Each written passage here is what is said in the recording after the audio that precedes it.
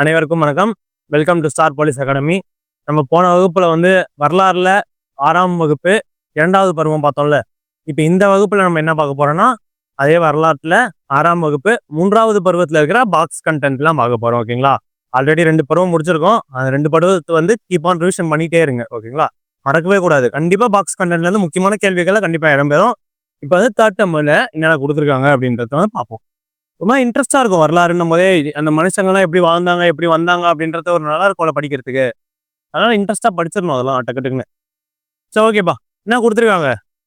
தொல்காப்பியம் ஒரு தமிழ் இலக்கண நூலாகும். அது சங்க கால தமிழ் மக்களின் மொழி, பண்பாடு ஆகியவற்றின் உயர்தரத்தை சுட்டி காட்டுகிறது. மொழி பண்பாடு மட்டும் இல்ல, மொழி பண்பாடு வாழ்க்கை அதை பத்திலாம் கூட சொல்லுவோம் அது. அதனால தொல்காப்பியன்றது தமிழோட ஒரு தொன்மையான நூல் அப்படின்றத நம்ம பார்ப்போம். ஓகேங்களா? நெக்ஸ்ட், கலிபோர்னியா பல்கலைக்கழகத்தின் தமிழ் மொழி பேராசிரியர் ஜார்ஜ் எல் ஹார்ட். அப்ப கலிபோர்னியா பல்கலைக்கழகம், கலிபோர்னியா யூனிவர்சிட்டியில இருக்கிற தமிழ் லிட்ரேச்சர் அந்த தமிழ் பேராசிரியர் இருக்கார்ல, அவருடைய பேர் என்னன்னு பார்த்தோம்னா ஜார்ஜ் எல் ஹார்ட் அப்படின்னு. ஆர்ட் நான் போச்சு ஆர்ட். தமிழுக்குனாவே நம்ம ஹார்ட் போடுவோம்ல. அப்ப ஹார்ட்ன்னு ஒரு யாரு?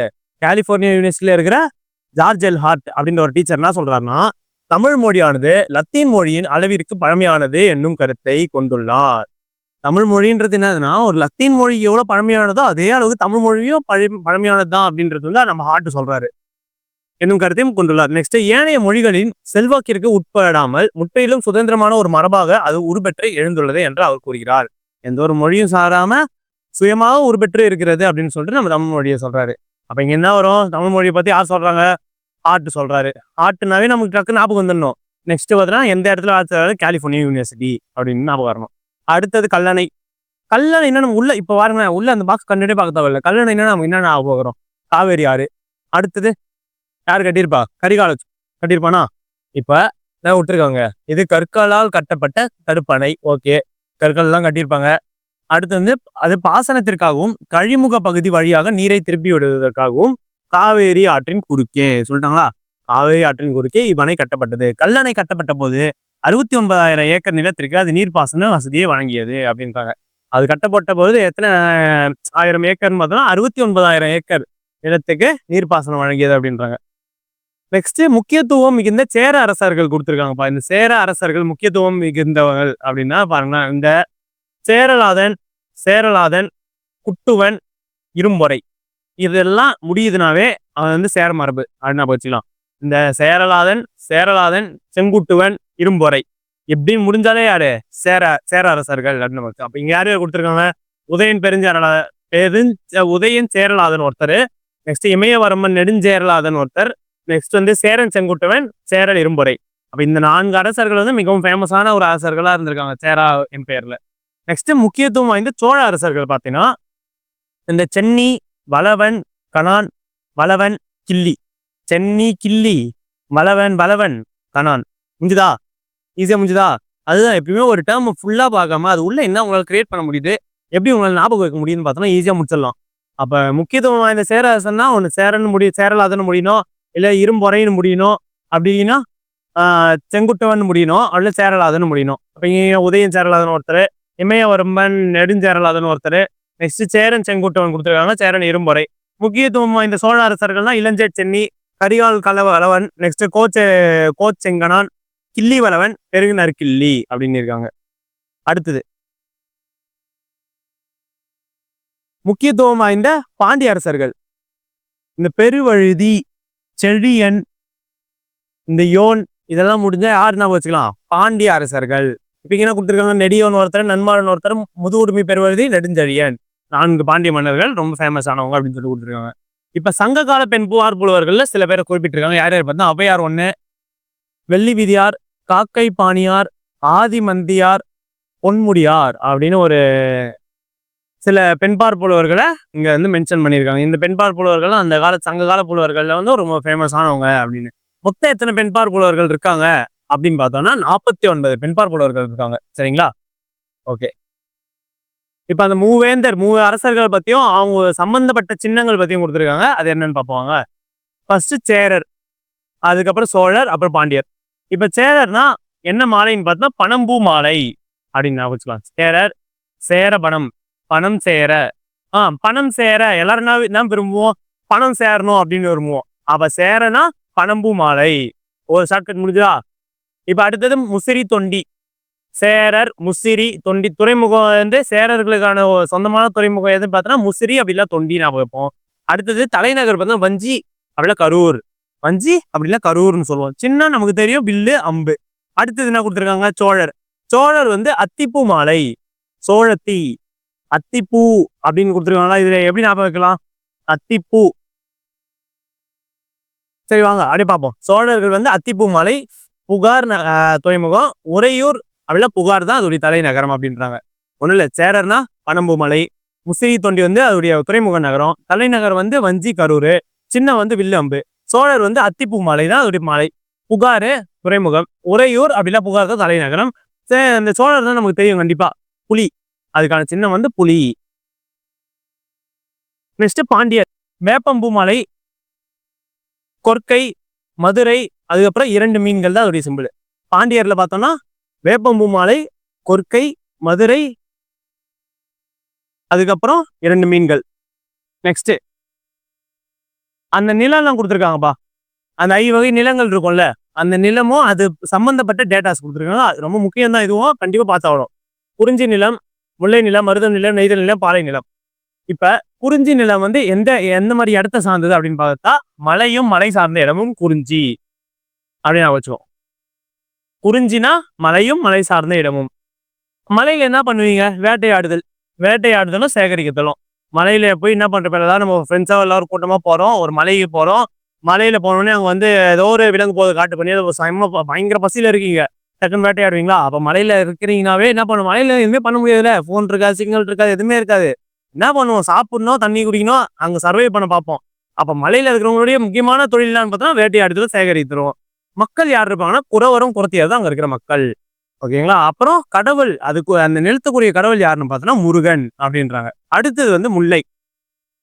முல்லை பார்த்தோன்னா காடும் காடு சார்ந்த இடமும் அப்படின்றாங்க. ஆணிரை மேய்த்தல் அப்படின்றாங்க. அடுத்தது வந்து ஆயர், ஆய்ச்சியர், மாயோன். மாயோன்னா ஒரு கடவுள் வந்து ஒரு நம்ம மறைந்திருக்கிறா அப்படின்னு வச்சுக்கோமே.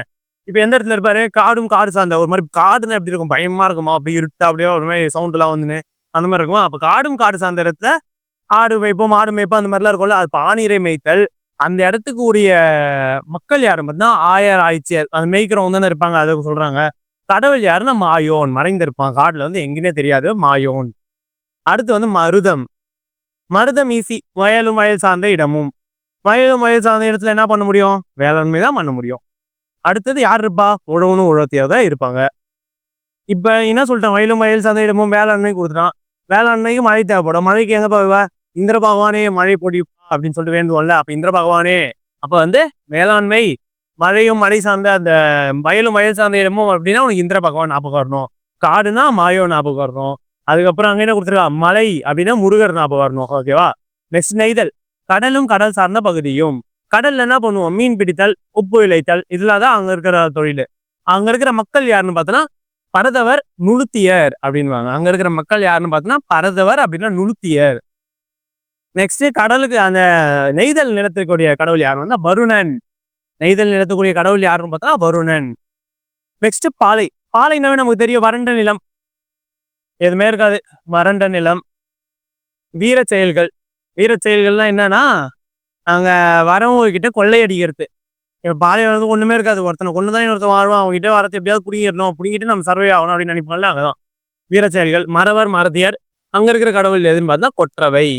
ஓகேவா? அங்க இருக்க கடவுள் யார், தப்பு செஞ்சா கொட்டுவோம்ல, அப்ப அங்க திருடுறாங்க, அப்ப அங்க இருக்கிற கடவுள் அப்ப இந்த கொற்றவை, ஒரு கொட்டு வை அப்படின்றத அவங்க சொல்றாங்க. நெக்ஸ்ட் வந்து வீரக்கல் நடுக்கல். வீரக்கல் நடுக்கல் என்னன்னு பார்த்தோம்னா, பண்டை கால தமிழர்கள் போர்க்களத்தில் மரணமுற்று வீரர்களின் மேல் பெரும் மரியாதை கொண்டிருந்தனர். போரில் மரணம் அடைந்த வீரனின் நினைவை போற்றுவதற்கான நடுக்கற்கள் நடப்பட்டன. நடுக்கற்கள்லாம் என்ன, ஒண்ணு இல்ல, ஒரு போர்ல ஒரு வீர மரணம் அடைவான்ல, அவனுக்காக ஒரு நடுறது தான் இந்த வீரக்கல் அப்படின்னா நடுக்கல் அப்படின்வாங்க. ஓகேவா? நெக்ஸ்ட் சமஸ்கிருத மொழியின் 2வது இலக்கண அறிஞரான பதஞ்சலியை புஷ்யமித்திரர் ஆதரித்தார்.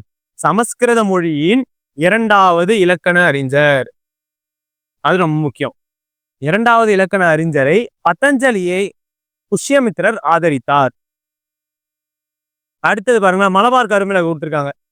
ஆக்சுவலா நம்ம இந்தியானாவே அந்த காலத்திலேயே வந்து நம்ம இந்தியாவில் வந்து பார்த்தீங்கன்னா கருமிளகுன்றது அவ்வளோ ஒரு மாதிரி ஃபேமஸானது. அந்த கருமிளகு அந்த ரோமானிய மக்களும் அந்த எகிப்தியர் அந்த ரோமானிய கிரீக்க மக்கள்லாம் என்ன சொல்லியிருக்காங்கன்னா, ஒரு அறிஞர் சொல்லியிருப்பாரு. இந்த மாதிரி இங்க இருக்கிற மிளகை வாங்குறதுக்காக அந்த நாட்டு செல்வமே குறைஞ்சு போச்சு அப்படின்ற மாதிரி சொல்லியிருப்பாரு. ஓகேங்களா? அதெல்லாம் பின்னாடி வரப்போற வகுப்புல பார்ப்போம். ஓகே. மலபார் கருமிளகு என்ன சொல்றாங்கன்னா, எகிப்து அரசன் 2ஆம் ரமோசிஸ் பதப்படுத்தப்பட்டு உடல் திறக்கப்பட்ட போது அவனுடைய உடல் என்ன பண்ணிருப்பாங்க, பதப்படுத்தி வச்சிருப்பாங்க. அவன் உடலை திறக்கும் போது என்ன இருந்துச்சு பார்த்தீங்கன்னா, தொல்லியல் அறிஞர்கள் அவருடைய நாசியினுள்ளும் அடிவயிற்றினுள்ளும் கருமிளகு கதிர் அடைக்கப்பட்டிருந்ததை கண்டனர். அப்ப இதுல இருந்து என்ன தெரிய வருது, கருமிளகு யூஸ் பண்ணி அந்த பாடியை பதப்படுத்தி வச்சிருக்காங்க அப்படின்றது நமக்கு தெரிய வருதுல. அதான் இவ்வாறு பதப்படுத்தி உடலை பாதுகாத்து பண்டைய நாட்களில் பின்பற்ற முறையாகும். நெக்ஸ்ட் முசிறியா என்ன சொல்றாங்க பார்த்தா, முதல் பேரங்காடி அப்படின்றாங்க. யார் சொல்லுவாருன்னா, பிலினி வந்து அவருடைய இயற்கை புத்தகத்தில் எழுதியிருப்பாரு. இயற்கை வரலாறான எனும் நூலில் என்ன நூல்னா நேச்சுரல் ஹிஸ்டரி அப்படின்ற ஒரு நூல் இருக்கும். முசிறியை இந்தியாவின் முதல் பேரங்காடி அப்படின்னு வந்து பிலினி குறிப்பிட்டிருப்பாரு. அப்ப பிலினி அப்படின்னா முசிறிய முதல் பேரங்காடி, முசிறிய வந்து முதல் பேரங்காடி அப்படின்னு சொன்னது யாருன்னா பிலினி அப்படின்றது நமக்கு தெரியணும். என குறிப்பிட்டுள்ளார். ரோமானியரின் குடியிருப்புகளில் இருந்து முசிறியில் அகஸ்டஸ் கடவுளுக்காக கோவில் ஒன்று கட்டப்பட்டிருந்தது அப்படின்றாங்க. அடுத்து இங்க என்ன ஓகே, இது பாத்துருங்க. இந்திய வணிகர்களால் ரோம பேரரசுக்கு விநியோகம் செய்யப்பட்ட பட்டு மிக முக்கியமானதாக கருதப்பட்டது. இந்திய வணிகர்களால் ரோம பேரரசுக்கு விநியோகம் செய்யப்பட்ட பட்டு மிக முக்கியமானதாக கருதப்பட்டது. ரோம பேரரசு ஆரிலியன் ரொம்ப இம்பார்ட்டன்ட். அப்ப ரோம பேரரசு ஆரிலியன் இந்திய பட்டானது எடைக்கு எடை தங்கம் கொடுத்து பெற தகுதியானது அப்படின்னா, இதெல்லாம் ரொம்ப ரொம்ப ரொம்ப இம்பார்ட்டன்டான பாயிண்ட்ஸ். அந்த சில பாயிண்ட்ஸ்லாம் ரொம்ப இம்பார்ட்டண்டா இருக்கும். அதெல்லாம் இதெல்லாம் வந்து மறக்கவே கூடாது.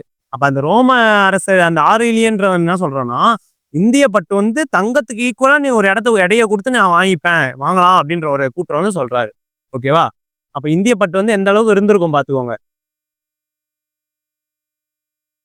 நெக்ஸ்ட் கிமு பொற்காலம் 2ஆம் நூற்றாண்டை சேர்ந்த பாப்பிரஸ் ஒப்பந்த பத்திரத்தில் வியன்னாவில் உள்ள அருங்காட்சியகத்தில் உள்ளது. அலெக்சாண்ட்ரியாவை சேர்ந்த வணிகர் ஒருவருக்கு முசிறியை சேர்ந்த ஒரு வணிகருக்கும் இடையே மேற்கொள்ளப்பட்ட வணிக ஒப்பந்தம் பதிவு செய்யப்பட்டுள்ளது. இப்ப இல்ல, அந்த காலத்திலே பாண்டு போட்டிருக்காங்க பாருங்க. அந்த ஒப்பந்தம் வந்து என்ன பண்ணிருக்காங்க, யாருக்கு நடந்திருக்கு, 2ஆம் நூற்றாண்டை சேர்ந்த பாப்பிரஸ் ஒப்பந்த பத்திரம். அந்த பத்திரத்துடைய பேரே பாப்பிரஸ் ஒப்பந்த பத்திரம். வியன்னாவே அருங்காட்சியகத்துல இருக்குதுன்றாங்க. வியன்னா அருங்காட்சியகத்தில் இருக்கு. அலெக்சாண்ட்ரியாவை சேர்ந்த ஒரு வணிகருக்கும் முசிறியை சேர்ந்த ஒரு வணிகருக்கும் 2 பேருக்குமே ஒரு வணிக தொடர்பு இருந்தது அப்படின்றது எதில் சொல்றாங்கன்னா, அந்த பாப்பிரஸ் ஒப்பந்த சீட்ல வந்து சொல்லியிருப்பாங்க. அடுத்து வந்து பார்குத், சாஞ்சி ஆகிய இடங்களில் உள்ள பௌத்த ஸ்தூபிகள் காணப்படுவது போல ஸ்தூபிகளின் சுற்றுச்சுவர்களிலும் வாயில்களிலும் கற்களுக்கு பதிலாக மரத்தை பயன்படுத்தும் முறை சுங்கர் காலத்தில் நடைமுறைக்கு வந்தது அப்படின்றாங்க. கற்களுக்கு பதிலாக மரப்பலகையில் யூஸ் பண்ணியிருக்காங்க அப்படின்றத இங்க குறிப்பிடுறாங்க. நெக்ஸ்ட் வந்து உலக புகழ்பெற்ற புத்தரின் ஆளுயர் சிற்பங்கள் பாமியான் பள்ளத்தாக்கு உள்ள மலைகளில் செதுக்கப்பட்டுள்ளன. உலக புகழ்பெற்ற புத்தருடைய ஆலய சிற்பங்கள் பாமியான் பள்ளத்தாக்கில் உள்ள மலைகளில் செதுக்கப்பட்டுள்ளன அப்படின்றாங்க. இம்மலைகள் பண்டைய இந்தியாவின் வடமேற்கு எல்லைப்புறத்தில் அமைந்திருந்தது அப்படின்னு சொல்றாங்க. தற்போது இப்பகுதிகள் ஆப்கானிஸ்தானின் மையப்பகுதியில் உள்ளது. அண்மையில் இவற்றை தாலிபான்கள் உடைத்து நொறுக்கினர். தாலிபான்கள் என்ன பண்ணிருக்காங்க, அதை ரொம்ப டேமேஜ் பண்ணிருப்பாங்களாம். அடுத்தது பார்த்தா இச்சிற்பங்கள் மௌரியர் காலத்திற்கு பின்னரான காந்தார கலைப்பள்ளியை சேர்ந்த அர்ப்பணிப்பு மிக்க கலைஞர்களால் திடமான பாறைகளில் செதுக்கப்பட்டவை ஆகும் அப்படின்றாங்க. நெக்ஸ்ட் இந்த பாக்ஸ் வந்து ரொம்ப இம்பார்ட்டன்ட். இதுல என்ன சொல்றாங்க பாருங்க, கலிங்க அரசர் காரவேலர் சங்க அரசர்களின் சமகாலத்தவர் ஆவார். காரவேலர் பற்றிய செய்திகளை நாம் ஹதிகும்பா கல்வெட்டில் பெறுகிறோம். ஒன்னும் இல்ல, அப்ப வந்து காரவேலரின் ஹதிகும்பா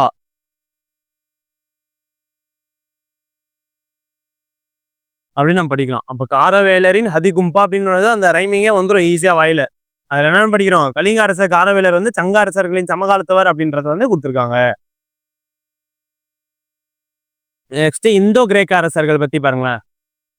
முதலாம் டெமிட்ரியஸ் இவர் கிரேக்க பாக்டீரியா அரசர் யுதிடெமஸ் என்பாரின் மகனாவார். இவர் கிமு பொற்காலம் ஆண்டு 294 முதல் 288 வரை மாசிடோனியாவின் மன்னராக இருந்தார். டெமிட்ரியஸ் சதுர வடிவிலான இருமொழி வாசகங்களை கொண்ட நாணயங்களை வெளியிட்டார். டெமிட்ரியஸ் வந்து சதுர வடிவு உடைய 2 நாணயங்களை வந்து வெளியிட்டிருப்பாரு அப்படின்றாங்க என்பதை நாணய சான்றுகள் உறுதி செய்கின்றன. அடுத்தது நாணயத்தின் தலைப்பகுதியில் கிரேக்க மொழியும் பூப்பகுதியில் கரோஸ்தி மொழியும் இடம்பெற்றுள்ளன. அப்ப நாணயத்து தலைப்பகுதியில் வந்து பூப்பகுதியில் வந்து சொரஸ்டி மொழியையும் நாணயத்துடைய தலைப்பகுதியில வந்து கிரேக்க மொழியும் இருந்திருக்கு அப்படின்றாங்க. டெமிட்ரியஸ் என்னும் பெயரில் 3 இருந்துள்ளனராம். அப்ப டெமிட்ரியஸ் அப்படின்ற பெயர்ல வந்து எத்தனை பேர் இருந்திருக்காங்கன்னா 3 பேர் இருந்திருக்காங்க அப்படின்னு குறிப்பிடுறாங்க. எனவே இம்மூவருள் யார் கிமு 2ஆம் நூற்றாண்டில் தொடங்கும் யவன சகாப்தத்தை தொடங்கி வைத்தவர் என்பதை வரலாற்று அறிஞர்களால் முடிவு செய்ய முடியவில்லை அப்படின்றாங்க. 3 பேர் இருந்ததால எங்களுக்கு ரொம்ப கன்ஃபியூஸா இருந்திருக்கு அப்படின்றத குறிப்பிட்டிருக்காங்க. நெக்ஸ்ட் மினாண்டர், இவர் நன்கறியப்பட்ட இந்தோ கிரேக்க அரசர்களில் ஒருவர் ஆவார். எல்லாருமே பாருங்க மோஸ்ட்லி அந்த இந்தோ கிரேக்க அரசர்கள் அந்த அப்படிலாம் வருவாங்களே, ஓகேங்களா. இப்ப இந்த மினாண்டர் அப்படின்றவர் வந்து என்ன சொல்றாங்கன்னா, இவர் நன்கறியப்பட்ட இந்தோ கிரேக்க அரசர்கள் ஒருவர். வடமேற்கு பகுதியில் பெரியதொரு அரசை இவர் ஆண்டதாக கருதப்படுகிறது. இவர் வெளியிட்ட நாணயங்கள் பரந்த விருந்த பகுதியில் கிடைக்கின்றன. காபூல் பள்ளத்தாக்கில் தொடங்கி சிந்து நதி கடந்து மேற்கு உத்தரப்பிரதேசம் வரையிலான பகுதிகளில் கிடைத்தன அப்படின்றாங்க. ஓகேவா. காபூல் பள்ளத்தாக்கு தொடங்கி சிந்து நதி மேற்கு உத்தரப்பிரதேசம் கடந்து அந்த பகுதியில வந்து கிடைச்சது அப்படின்றாங்க. நெக்ஸ்ட் மிலிந்த பன்கா என்னும் நூல் ஒன்று. மிலிந்த பன்கா, இப்ப இந்த புக்ஸ் எல்லாம் கொடுத்தாங்கன்னா அதை பாக்ஸ் பண்ணுங்க. ஓகேவா. புக்ஸ் ஏதாவது வந்துச்சுன்னா பாக்ஸ் பண்ணிடணும். அதை பத்தி என்ன சொல்லியிருக்காங்க, முக்கியமானதா அப்படின்றதும் அது படிக்கணும். மிலிந்த பன்கா என்னும் நூல் ஒன்று உள்ளது. பாக்ட்ரிய அரசன் மிலிந்தா என்பவருக்கு பௌத்த அறிஞர் நாகசேனாவுக்கும் இடையே நடைபெற்ற உரையாடலை அந்நூலாகும்.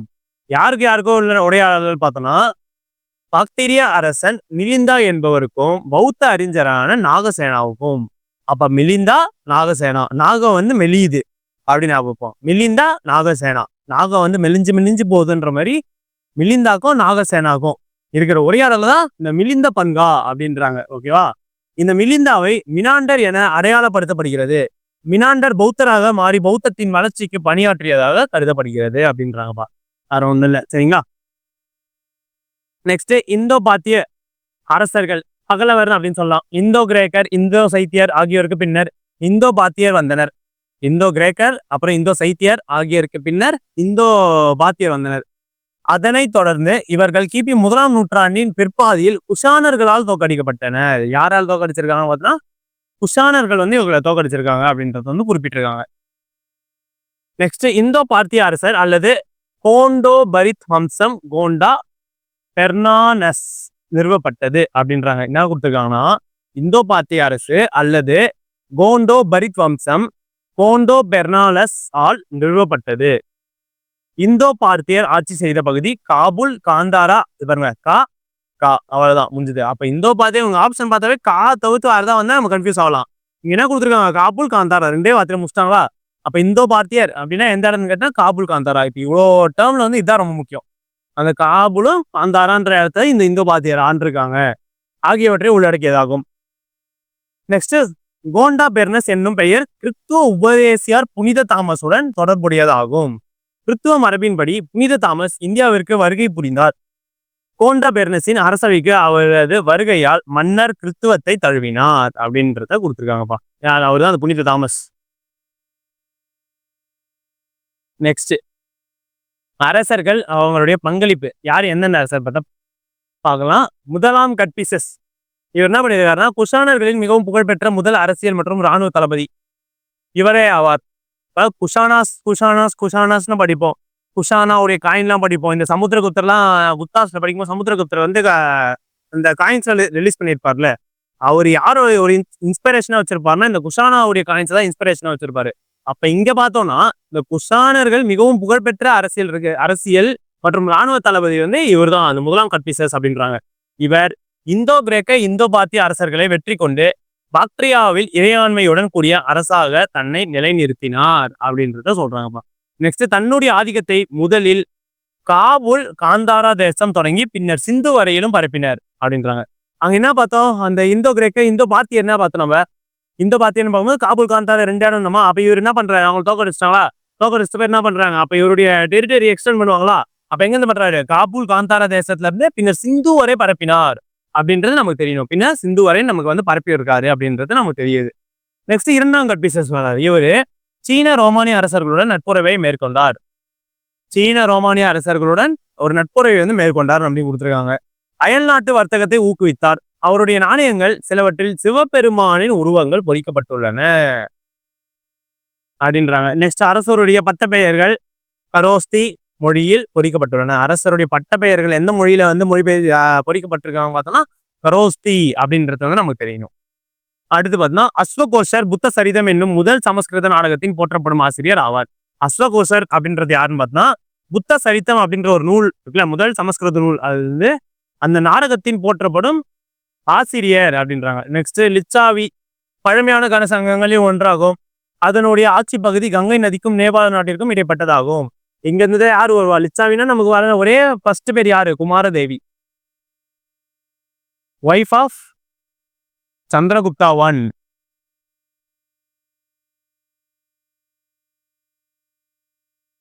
ஓகேவா?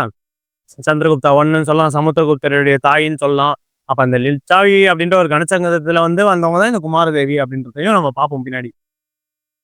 அடுத்து உலக மன்னாளில் குஷான பேரரசு ஜூலியஸ் சீசர் வாழ்ந்த ரோமானிய குடியரசின் இறுதி நாட்களில் சமகாலத்தியதாகும். குஷான பேரரசர் அகஸ்டஸ் சீசரின் அவைக்கு ஒரு பெரும் தூதுக்குழுவை அனுப்பியதாக கூறப்படுகிறது. இதெல்லாம் சும்மா ஜெனரல் டேட்டா, ஜஸ்ட் ரீட், அவ்வளவுதான். நெக்ஸ்ட் பிரசஸ்தி மெய்கித்தி. பிரசஸ்தி என்பது ஒரு சமஸ்கிருத சொல். பிரசஸ்தின்றது என்ன சொல்றாங்க? ஒரு சமஸ்கிருத சொல் அப்படின்றாங்க. அதன் பொருள் ஒருவரை பாராட்டி புகழ்வதாகும். பிரசஸ்தி பேசுறேன் அப்படின்றதுனால பிரசஸ்தி பேசுனா உயர்த்தி பேசுறேன் அப்படின்றது அர்த்தம். பாராட்டி புகழ்வதாகும். அவை களப்புலவர்கள் அரசர்களை புகழ்ந்து பாடி அவர் தம் சாதனைகளை பட்டியலிட்டனர். இவை பின்னர் மக்கள் படித்து தெரிந்து கொள்வதற்காக தூண்களில் பொறிக்கப்பட்டுள்ளது. அதுதான் இப்ப பிரசஸ்தி, மெய்கீர்த்தி, இதெல்லாம் என்ன சொல்றாங்க? மெய்கீர்த்தி இதெல்லாம் வந்து தூண்கள் வந்து பொறிச்சிருப்பாங்க அப்படின்றத நமக்கு சொல்றாங்க. அடுத்தது ஓகே, சரி, இங்க என்ன கொடுத்துருக்காங்க பார்த்தா சமுத்திரகுப்தர் ஒரு விஷ்ணு பக்தர் ஆவார். இந்த விஷ்ணு பக்தர்ன்றத நம்ம முக்கியமா நோட் பண்ணக்கூடிய பகுதி. ஏன்னா அந்த விஷ்ணு பக்தருக்கு பதிலாக நம்ம வேற ஏதாவது டேம் கொடுக்கலாம், இல்ல சிவபக்தர்னு கொடுக்கலாம், இல்ல வேற ஏதாவது டேம் கொடுக்கலாம். அதனால அந்த விஷ்ணு பக்தர்ன்றத நோட் பண்ணணும். தனது மேலாதிக்கத்தை நிலைநாட்டும் அரசால் நடத்தப்படும் வேத கால சடங்கான குதிரைகளை பலியிடும் வேள்வியை சமுத்திரகுப்தர் மீண்டும் நடைமுறைப்படுத்தினார். இந்த அஸ்வமேத யாகம் நடக்கும். அஸ்வமேதம் யாகம், அஸ்வமேதா யாகம்.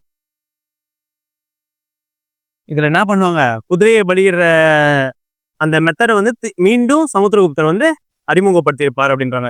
அவர் தங்க நாணயங்களை வெளியிட்டார். அவற்றுள் ஒன்றில் அவர் வீணை வாசிப்பது போன்ற உருவம் பொறிக்கப்பட்டுள்ளது. அவர் மிகச்சிறந்த படையெடுப்பாளர் மட்டுமல்ல, கவிதை பிரியரும் இசை பிரியரும் ஆவார். அதனால அவர் கவிராஜா அப்படின்ற ஒரு பட்டம் இருக்கு அவருக்கு. வீணை வாசிப்பது போல ஒரு ஆக்சுவலா ஏன் வீணை வாசிப்பது போல ஒரு நாணயத்தை வெளியிட்டு இருப்பாருன்னா, அவர் ரொம்ப ஒரு மியூசிக் வந்து ரொம்ப பிடிச்ச பசங்க வந்து சமுத்திரகுப்தர் அப்படின்றாங்க. ஓகேவா? நெக்ஸ்ட் இவர் இன்னொன்னு சொல்லுவாங்களா, சவுத் இந்தியன் நெப்போலியன் அப்படின்னு சொல்லுவாங்க இவரை. South Indian Napoleon.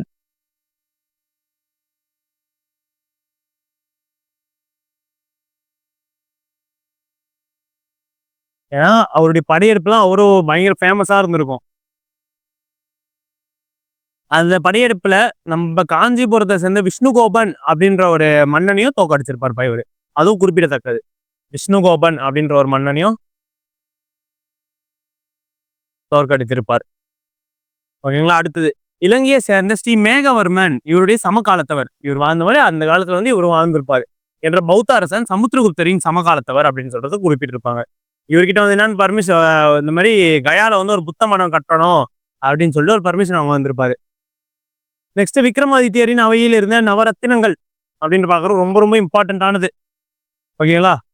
அசால்ட்டா மனப்பாடம் பண்ணலாம், சீக்கிரமா முடிச்சிடலாம். பாருங்களேன், காளிதாசரும் ஹரிசனரும் எப்பயுமே மாறவே மாறாது. ஓகேங்களா? காளிதாச ஹரிசனர் ரொம்ப இம்பார்ட்டன்ட், மாறவே மாறாது. குழம்பாதீங்க. அவங்க பேர் பார்த்தாலே சமஸ்கிருத புலவர்னு டிக் போட்டு வந்துருங்க. இப்ப அமரசிம்மர். அமரசிம்மர் அகராதியர் ஆசிரியர். அமரசிம்மர், அமர அகர, அமர அகர, அமரசிம்மரா அகராதியல் ஆசிரியர்ப்பா. அவ்வளவுதான், முடிஞ்சு. தன்வந்திரி நமக்கு தெரியும். தன்வந்திரினாவே என்னது? நம்ம எல்லா ஹாஸ்பிட்டலையும் பார்ப்போம். தன்வந்திரின்னு ஒரு சாமி மாட்டி வச்சிருப்பாங்க. தன்வந்திரினா மருத்துவர். முடிஞ்சுதா? நெக்ஸ்ட் காகபாணர். காகபாணர்னா காலையில காக சோறு வைப்போமா? அப்ப காகபாணர், காகம் ஜோதிடர் என்ன சொன்னா, ஜோசியம் பாக்குறோம் என்ன சொன்னா, காலையில காக சோறு வைப்பா, உனக்கு எல்லாமே முடிஞ்சிடும், எல்லாமே எல்லாம் ஒரு கெட்டது ஒண்ணு விலகி போயிடும் அப்படின்னு வரா. அப்ப காகபாணர் எங்க ஞாபகம்? ஜோதிடர் அப்படின்னு முடிச்சிடலாமா? நெக்ஸ்ட் சங்கு. சங்குனா கட்டடக்கலை நிபுணர். சங்கு என்ன சொல்றது? ஒரு இன்ஜினியர். இப்ப ஒரு இன்ஜினியர்னு வச்சுக்கோங்க, கொடுத்த டைம்ல வந்து நீ முடிக்கல அப்படின்னா உனக்கு சங்கு அப்படின்றத சொல்றாங்க. அப்ப சங்குனா கட்டடக்கலை நிபுணர் அப்படின்றது நமக்கு ஞாபகம் வரணும். ஓகேவா? அடுத்தது பார்த்தீங்கன்னா வராகி மிகிரர். வராகி மிகிரர்னா வானியல் அறிஞர். வராகி மிகிரர். வராகி மிகிரர்னா அது வானம் அப்படின்னு வச்சுக்கோ. வராகி மிகிரர் அப்படின்னா வானியல் அறிஞர். வாவான் முடியல அப்படின்னு வச்சுக்கோ. வாவான் ஆரம்பிக்குதா அப்ப அதையும் மறக்கக்கூடாது. ஈஸியா போடலாம்ல. ஆப்ஷன்ல நமக்கு என்ன கேட்க போறோம்? வராகி மிகிரர்னு கேட்டு ஒரு 4 ஆப்ஷன் கொடுக்க போறோம். அகராதியல் ஆசிரியர், ஜோதிடர், மருத்துவர், சமஸ்கிருத புலவர், வானியல் அறிஞர். இப்ப நம்ம என்ன பார்த்தோம்? வாவான்னு பார்த்தோம். வராகி மிகிரர்னா வானியல் அறிஞர். அடிச்சுட்டு போயிட்டே இருக்கலாம்ல, வெயிட்டே பண்ணக்கூடாது. நெக்ஸ்ட் வராச்சி, இலக்கண ஆசிரியர் மற்றும் சமஸ்கிருத புலவர். வராச்சி உனக்கு இலக்கணம் என்ன ஆகுது? எனக்கு சுட்டு போட்டாலும் இலக்கணம் வராது. அப்பதான் என்ன சொல்றாங்க? வராச்சி எனக்கு வரவே வராதுப்பா, இலக்கணமே வராது. அப்போ வந்து இலக்கண ஆசிரியர் மற்றும் சமஸ்கிருத புலவர் அப்படின்றாங்க. வராச்சினா இலக்கண ஆசிரியர் மற்றும் சமஸ்கிருத புலவர். விட்டல் பட்டர் மாய வித்தைக்காரர். விட்டல் தான் காட்டுறியப்பா, விட்டல் விட்டல் தான் காட்டுறியப்பா, அவ்வளவுதான். விட்டல் பட்டர் மாய வித்தைக்காரர். முடிஞ்சுதா? இன்னொரு வாட்டி பார்த்துலாமா? காளிதாசரா சமஸ்கிருத புலவர் பார்த்தோம். ஹரிசனரா சமஸ்கிருத புலவர். அமரசிம்மர்னா பார்த்தோம், அகராதியல் ஆசிரியர். அமர்சிம்மர் அகராதியல் ஆசிரியர். தன்வந்திரி பார்த்தோம், பார்க்கவே கூடாது. தன்வந்திரியா? தன்வந்திரி எல்லா ஹாஸ்பிட்டல்ல இருக்கும், மருத்துவர். அப்புறம் வேற என்ன பார்த்தோம்? காகபாணர் பார்த்தோம். காகபாணர்னா ஜோதிடரு. சரி, ஓகே. காகம் ஜோசியர் சொன்னாரு அப்படின்னு ஞாபகம் வந்துடணும். வேற என்ன பார்த்தோம்? சங்கு. சங்கா? ஐயோ, நம்ம இன்ஜினியரா இருக்கிறோம், கட்டிடக்கலை நிபுணர் ஆச்சு நம்ம. அது வந்து அப்படி சொன்ன டைம் கூட நம்ம முடிக்கலாம், ஓனர் நமக்கு சங்கு ஊத்திடுவாரு. சங்கு கட்டிடக்கலை நிபுணர். நெக்ஸ்ட் வராகி மிகிரர். வராகி மிகிரரா? வராகி மிகிரர் வானம் நம்ம படிச்சோம்ல, ஞாபகம் இருக்குல்ல? அப்ப வராகி மிகிரர் வானம். வராச்சி எனக்கு தான் இலக்கணமே வராது, எனக்கு தான் இலக்கணமே வராது அப்படின்றாங்க. வராச்சி இலக்கண ஆசிரியர் மற்றும் சமஸ்கிருத புலவர். Next Vittal butter. விட்டல்காரர் தான் பண்ணி, என்னது விட்டல்காரர் தான் பண்ணி, மாய வித்தைக்காரர், மெஜிஷியன் அப்படின்றாங்க. அவ்வளவுதான் முடிஞ்சு. கண்டிப்பா ஒரு மார்க் இதுல கேட்டா அடிச்சிருவீங்களா? கண்டிப்பா. ஓகே. 2ஆம் சந்திரகுப்தனின் பட்ட பெயர்கள் கொடுத்துருக்காங்க பாருங்களா. விக்ரமாதித்யர், நரேந்திர சந்திரர், சிம்மச்சந்திரர், நரேந்திர சிம்மர். ஒரே பேரை மாத்தி மாத்தி மாத்தி வச்சிருக்கானுங்க. இது பாரு, விக்ரமாதித்யரா, நரேந்திர சந்திரரா, அதே என்ன பண்ணிருக்கான்? சிம்ம சந்திரர்னு வச்சிருக்கானா. அடுத்து பேர் நரசிம்ம சிம்மர்னு வச்சிருக்கானா. மறுபேர் விக்ரமன் வருதா, விக்ரம தேவராஜர்னு வச்சிருக்கானா. மறுபடியும் தேவகுப்தர் வச்சிருக்கானா. அடுத்து தேவஸ்ரீ. அப்ப ஈஸியா ஞாபகம் வச்சுக்கலாமா இத? விக்ரமாதித்யர் 1, நரேந்திர சந்திரரு, சிம்ம சந்திரரு, நரேந்திர சிம்மரு, விக்ரம தேவராஜர், தேவகுப்த, தேவஸ்ரீ. அப்ப இதெல்லாம் யாருடைய இயற்பெயர் என்பதா 2ஆம் சந்திரகுப்தரின் பட்ட பெயர்கள். பாகியான் ரொம்ப இம்பார்ட்டன்டான பர்சன், ஒரு சீன துறவி. 2ஆம் சந்திரகுப்தரின் ஆட்சி காலத்தில் சீனாவை சேர்ந்த பௌத்த துறவியான பாகியான் இந்தியாவிற்கு வந்தார். அவருடைய பயண குறிப்புகள் குப்தர் காலத்து மக்களின் சமூக, பொருளாதார, மத ஒழுக்க நிலைகள் பற்றிய செய்திகளை நமக்கு வழங்குகின்றன. நெக்ஸ்ட் பார்த்தோம்னா, பாகியான் கூற்றுப்படி மகதத்து மக்கள் மகிழ்ச்சியோடும் செழிப்போடும் வாழ்ந்தனர். கடுமையான தண்டனையின்றி நீதி வழங்கப்பட்டது அப்படின்னு சொல்றாரு. ரொம்ப செழுமையா வாழ்ந்திருக்கிறாங்க. எந்த ஒரு கடுமையான நீதி, கடுமையான தண்டனை வந்து கொடுக்காம, மரண தண்டனைலாம் இல்லாம ஒரு நியாயமான தண்டனையை கொடுத்தாங்க அப்படின்னு சொல்லிட்டு பாக்கியான் வந்து குறிப்பிட்டிருப்பாரு. நெக்ஸ்ட், கயா பாலம் அடைந்திருந்தது, கபில வஸ்து காடாக இருந்தது. கயா எப்படி இருந்துச்சு? பாலம் அடைஞ்சிருச்சு. அதாவது கயா வந்து ரொம்ப அழிஞ்ச நிலையிலையும், கபில வஸ்து வந்து காடு மாதிரி இருந்தது அப்படின்றாங்க. ஆனால் பாடலிபுத்திரத்தில் மக்கள் செல்வத்தோடும் செழிப்போடும் வாழ்ந்தன அப்படின்றாங்க. இப்ப பாகியானை பத்தி பாத்துக்கலாம். இப்ப உங்களுக்கான கேள்வி என்னன்னா, பாகியான் எழுதிய புத்தகத்துடைய பெயர். ரொம்ப ஃபேமஸான புத்தகம். கீழே கமெண்ட் செக்ஷன்ல நம்ம வந்து அவர் என்ன புத்தகம் எழுதுறாருன்றத ஒரு டைப் பண்ணி போட்டு போயிருங்க. ஓகேங்களா? பாகியானுடைய புத்தகத்தின் பெயர் கீழே கமெண்ட்ல போட்டுருங்க.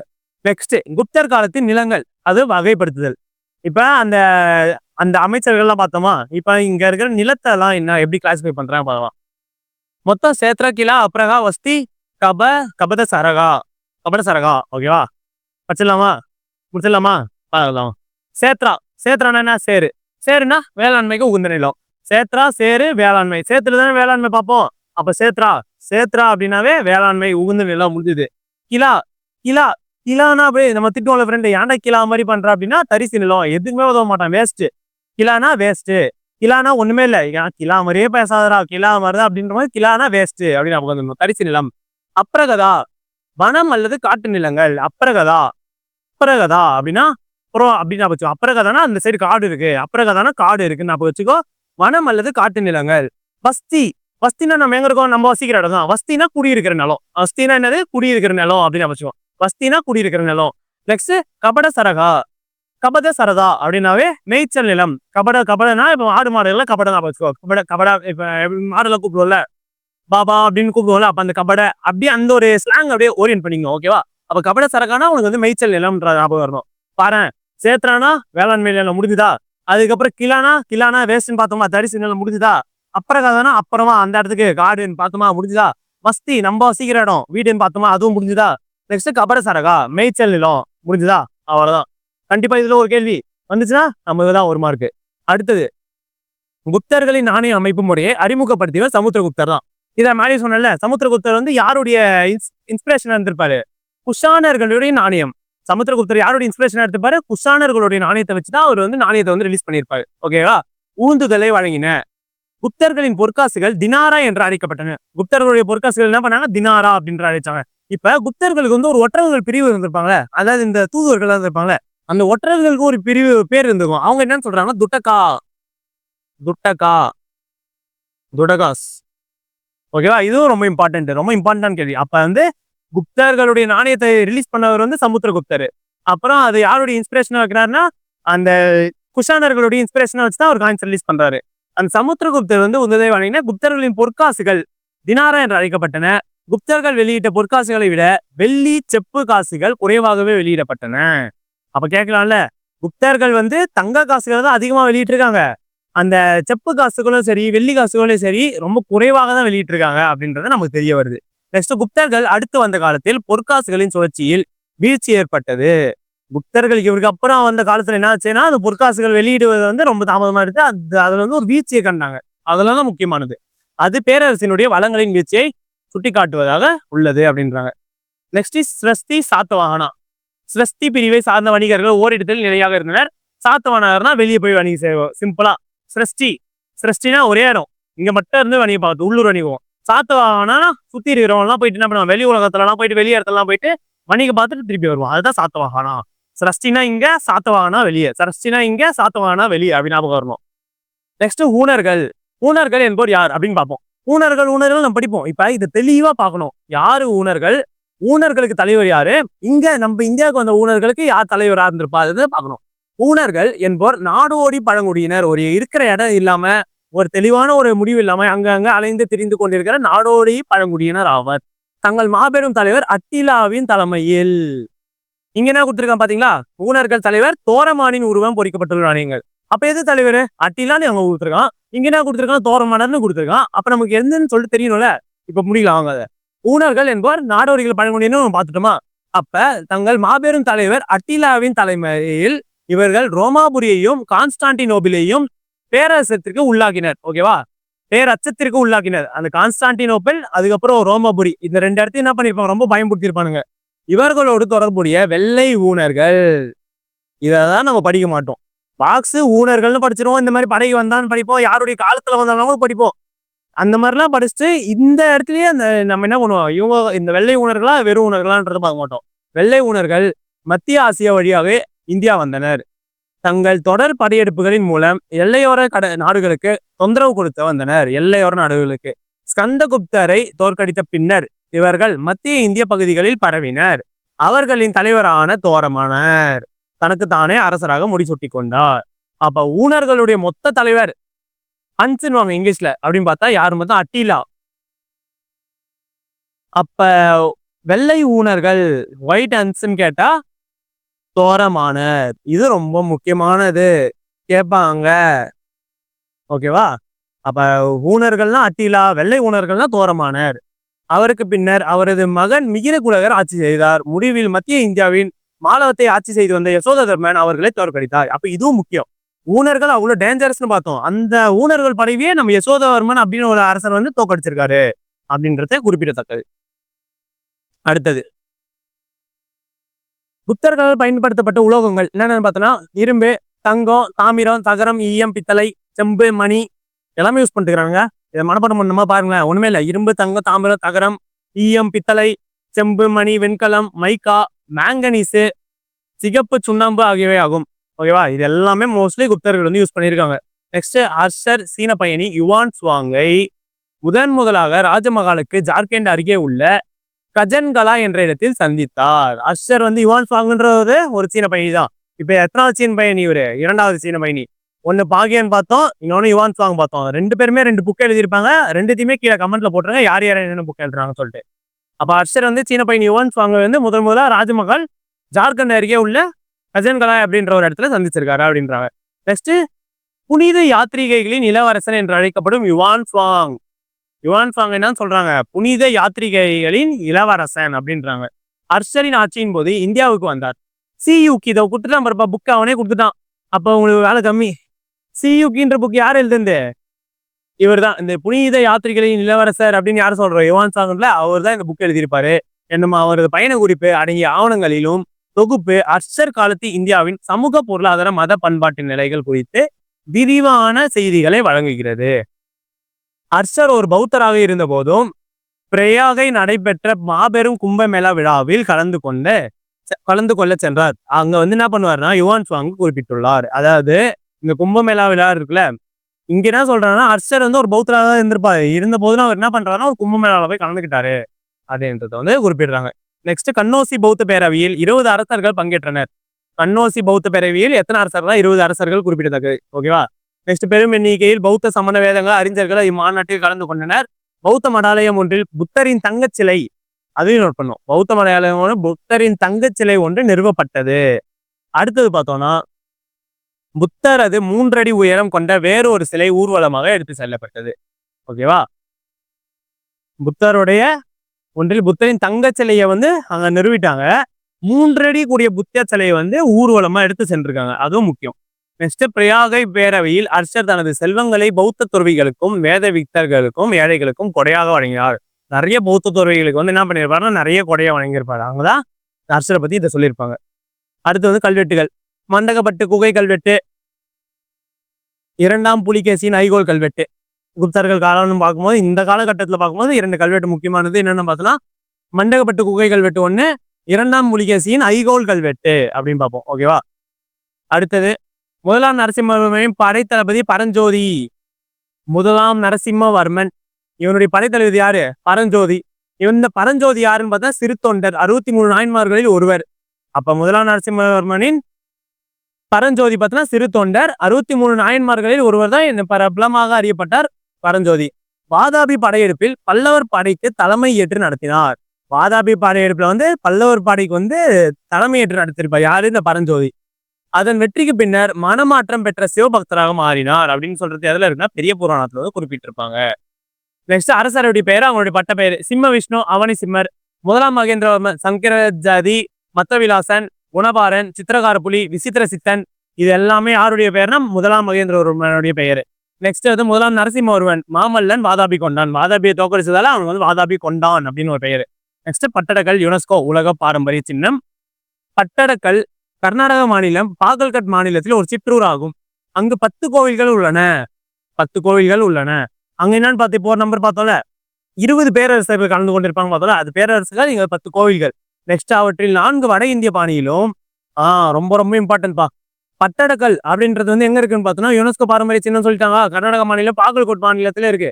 அதுல மொத்தம் எத்தனைன்னா 10 கோவில் இருக்குமா, 10 டெம்பிள்ஸ் இருக்கா. அதுல 4 வந்து தென்னிந்திய பாணியில இருக்கும். தென்னிந்திய பாணி. நெக்ஸ்ட் பாரு வட இந்திய, அவற்றில் 4 வட இந்திய பாணியிலும் மற்றும் ஓகேப்பா இது மாத்தி 6 வந்து என்ன இருக்கலாம் தென்னிந்திய பாணியில இருக்கு. 4 வந்து வட இந்திய பாணி. வட இந்திய பாணி அதான் அந்த ஸ்டைல் சொல்றாங்க. அந்த மெத்தட் ஆஃப் அந்த ஆர்கிடெக்சர் இருக்குல்ல, அது எப்படி இருக்குன்னு பார்த்தோன்னா 10 கோவில்கள் இருக்கு டோட்டலா. அதில் 4 வந்து வட இந்திய பாணியிலையும் 6 வந்து தென்னிந்திய திராவிட பாணியிலையும் கட்டப்பட்டுள்ளன அப்படின்றாங்க. அதுலயும் ஒன்று ஸ்பெஷலா பார்த்தா விருப்பாக்ஷா கோவிலும் சங்கமேஸ்வரா கோவிலும் திராவிட பாணியில், பாப்பநாதர் கோவில் நாகர பாணியிலும் அமைந்துள்ளன. அப்ப விருப்பாக்ஷா கோவிலும் சங்கமேஸ்வரா கோவிலும் திராவிட பாணியில இருந்திருக்கு. இன்னொன்னு பார்த்தோம்னா நாகர பாணியில் அமைந்துள்ளது எதுன்னு பார்த்தோம்னா பாப்பநாதர் கோவில் அப்படின்றத சொல்றாங்க. நெக்ஸ்ட் விருப்பாக்ஷா கோவில் காஞ்சி கைலாசநாதர் கோவில் மாதிரியாக கொண்டு கட்டப்பட்டுள்ளது. விருப்பாக்ஷா கோவில்ன்றது வந்து எதுடைய மாதிரின்னு கேட்டாங்கன்னா காஞ்சி கைலாசநாதருடைய கோவில் மாதிரி கட்டப்பட்டுள்ளது. நெக்ஸ்ட் கட்டுமான பணியில் காஞ்சிபுரத்தில் இருந்து வரவழைக்கப்பட்ட சிற்பிகள் வந்து ஈடுபடுத்தப்பட்டன. ஏன் அது மாதிரி இருக்குன்னு பார்த்தோம்னா அந்த காஞ்சிபுரத்துல இருந்து கட்டுமான பணிகளை வந்து கூப்பிட்டு வந்திருப்பாங்க.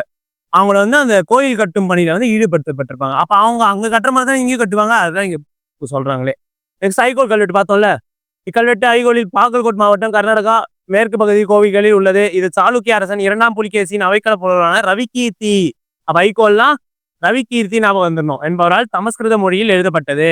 ஐகோல் கல்வெட்டு வந்து சமஸ்கிருதம், ரவிகீர்த்தி. இக்கல்வெட்டு ஹர்ஷவர்தனர் 2ஆம் புலிகேசி தோற்கடிக்கப்பட்டதை குறிப்பிடுகிறது. ஹர்ஷவர்தனர் என்ன பண்றாருன்னா 2ஆம் புலிகேசியை தோற்கடிச்சார்ல, அதை பத்தி இருக்கிற டீடைல்ஸ் தான் இது. ஓகேங்களா? அவ்வளவுதான்ப்பா. 6ஆம் வகுப்புல இருக்கிற 3ஆம் பருவத்துல இருக்கிற முக்கியமான மார்க்ஸ் கண்டென்ட் வந்து இதோட முடியுது. நம்ம மீண்டும் 7ஆம் வகுப்பு ஆரம்பிக்கும் போது அந்த வகுப்புல சந்திப்போம். Keep on revising. தேங்க்யூ.